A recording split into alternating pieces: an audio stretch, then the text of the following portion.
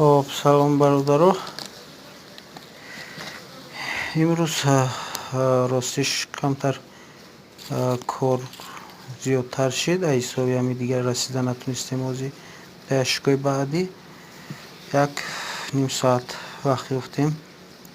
خواستیم که کمترک بینیم که یشکاش در چی حالت اوزی قرار دارن.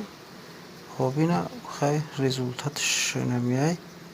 راستش بسیاری یشکاره های ماهی همی بگم که ایون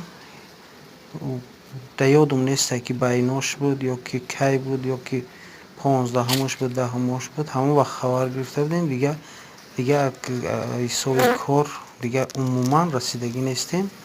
همونجا کم زنبورا یکم سلفانی یاردم کردیم تمام. عموما دیگه چقشیدگی نیستیم. همون محکمی کرگی نو اهمیت دادستیم. نکیم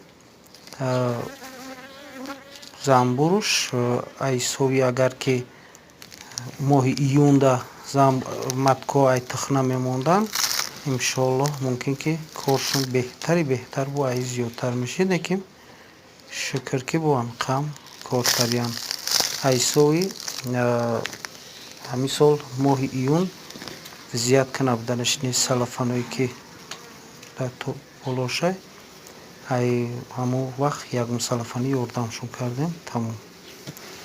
خیلی شلو بهترینه. زنبور اگر